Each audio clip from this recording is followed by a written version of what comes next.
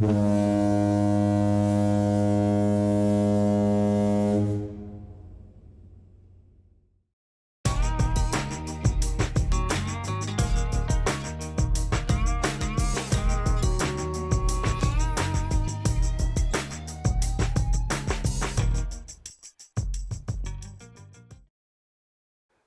friend Jason, also known as the Train Freak on YouTube, and his son are building a new HO scale layout. And one of the parts they wanted to add onto the layout was a scale track. They're going to use the Walthers scale track kit as a nice base in a building, but it needs 4 rails because it features the live rails where you actually move the cars to be weighed over onto other tracks. And here's some prototype views. This one's out of service. This little one, you can see the 4 tracks where there was a live rail, and they would have the weight inside that shed. This one actually shows the points where you would move the car over to the live rails to be weighed, but keep the engine on the standard tracks. Here's a more modern one with a brick house, and this is a wonderful kit made by Brian Kelly of the Appalachian Group. And here's where I'm starting with. Jason sent me the base. I have a scrap piece of homosode I've put it on. And you can see there's tie plates and spacing for the 4 rails. I'm using switch ties, copper plated from Fast Tracks. I've spiked them into the homosode. I marked the center line. And this is where I will use all the rails to match, to make the points and the live rails and the standard rails. There's my starting point right there. So here I've put a notch for the points to go into using a Fast Tracks stockade tool. I marked it in red, put it in the tool, and filed it down. And I will do that for each side because there's just going to be points. And you can see on this end, the PC ties I'm going to solder to, and I've also notched the point there. And here I've soldered it down onto the PC ties on the outside.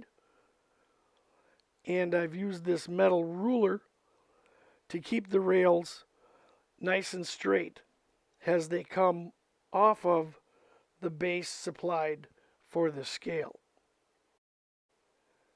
Here is the first live rail. I've used a point form to form a point on there, and that will be soldered onto the PC ties, only the first couple, because I want the end to flex. And this will be the first live rail off of the switching lead. So I'm only going to solder the first 2 PC ties with my Flex Track solder. Soldered onto the ties there, soldered onto the ties there. And as you can see, it still allows the points to flex. The switch machine will move that right over. On this end, looks good in the notch, that end. And that's how it works. Live rail and regular rail. So now we're adding the other live rail because this has a critical curve in it before we tack that on. And we will be using our micro engineering track gauge. A little 3-point track gauge is essential. And you can see how that pushes the point right over. We will also be using the NMRA gauge for the critical distance of the ends and where the points meet, because that has to be perfectly in gauge. So now we've tacked down that outside rail with our trusty soldering iron there. We've got our 3-point micro engineering track gauge there, and we can now show you how that will work. We'll move that switch over and it's in perfect gauge. We'll give it a little test here with the NMRA gauge, and then we'll move on to adding the other standard rail. Here we've added one of the standard rails. We got the point. This is just like building a regular switch. Always check with an NMRA gauge.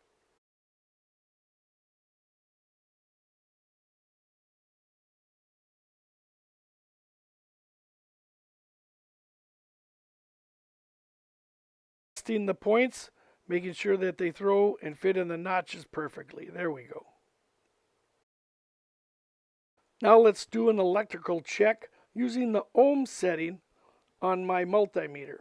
We just want to make sure nothing is touching from the PC ties. You can see I've cut notches in the middle so the current won't go, and then we'll test that out, and you want zeros.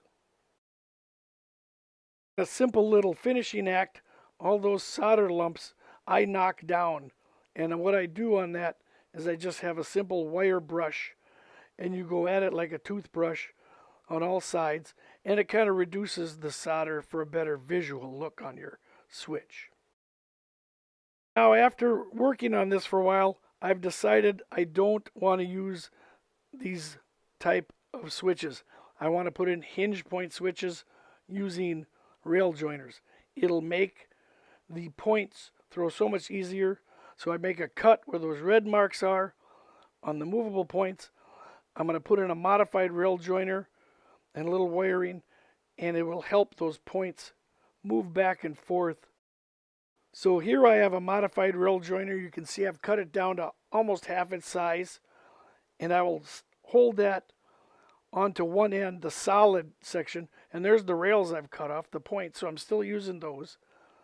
And I will slide that rail just into the rail joiner, and it'll make the points go back and forth so much easier with this miniature rail joiner holding it. So now I've slipped the point rails onto my modified rail joiner, and they're not soldered in, but I'm going to use this stranded wire, just one little strand, to connect from the rails to the point rails to make sure the electrical connection is complete. Here you can see where I'll put the strand of wire, and you can even tack it onto the point rails and have it ready to go. Just one little thing I snipped off.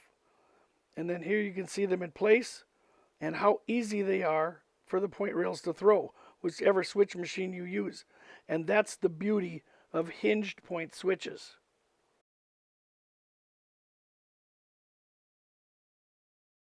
So let's do a test and see if this is actually feasible.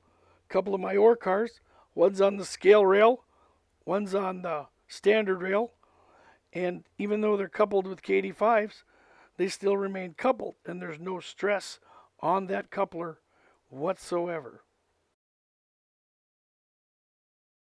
A little Dawn detergent cuts the grease, pan of warm water, and our base. Washing this will get rid of all the fingerprints and oils and everything from the soldering job. When air dried, we're going to paint it with Rust-Oleum camouflage, nice little cement basic color. And here we have it dry on our bench. I got some washes, I've got my palette, I got some brushes, and let's give this base a nice weathered look for finishing out Jason's scene. Little Vallejo brown wash and Vallejo oxide red wash. This is basically what I use for weathering concrete.